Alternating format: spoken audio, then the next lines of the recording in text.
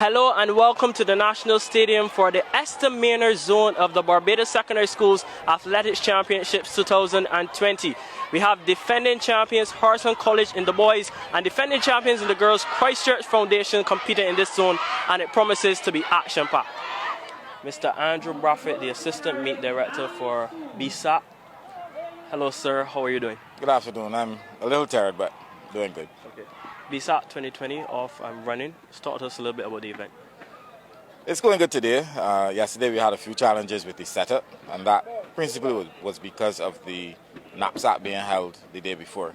We worked until after midnight on Monday trying to get things done, and we had one or two challenges with the electricity, getting the generators in and stuff yesterday morning. We settled down though and were able to finish in good time yesterday afternoon.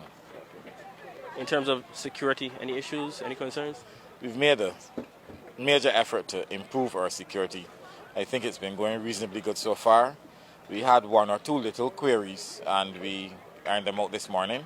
But generally I think we're doing a decent job with security. We have the Royal Barbados Police Force fully on board as well, and their input has helped a whole lot with regards to the improvement. Anything new for this year, BSAP? A couple of things. We're having a tug of war. A bragging rights tug of war, hopefully. If the schools nominate teams to take part in the tug of war, you will see a little bit of that certainly coming into the finals next week, just for bragging rights. We also have adopted a special needs policy at BSAC, and that special needs policy have allowed us to include this year for the first time the Derek Smith Secondary School and Vocational Center. They will have 2 athletes participating in tomorrow's zone. The 2 athletes have already gotten their accreditation. We did a walkthrough with the social worker for that institution today, and the athletes will be accompanied by their aides, want an aide to take them through the process. One athlete is autistic, so I think it should be interesting to see BSAP move to the stage where we integrate special needs into mainstream. I think that's a plus for us, and we have also organized, since we have paired BSAP with a secondary, paired Derek Smith with a secondary school, there will be great support for the athletes tomorrow as well. And we are hoping to do something special with them for the opening ceremony. Okay. You would have had a look at the track because major repairs were done. What are your thoughts about it? The track is in much the same state that it was last year. The areas that were of concern were patched.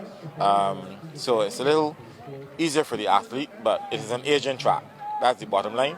And over time, I'm sure that not the remedial work, because we will need to lay a new track at some point in time, but it serves the purpose, certainly, that it needs to serve for this year. I'm especially grateful for the start of the 100 meters, as well as the long jump runway, because we had major problems there. So certainly those improvements are in favor of the athletes this year. In terms of spectatorship, what were the numbers like? The numbers for this zone were average. We know that we don't get great numbers coming to the zones. However, we anticipate with the schools that are coming tomorrow and Friday that we will see greater numbers. We are expecting over 100 competitors from Combermere, from Queen's College, St. Michael's School.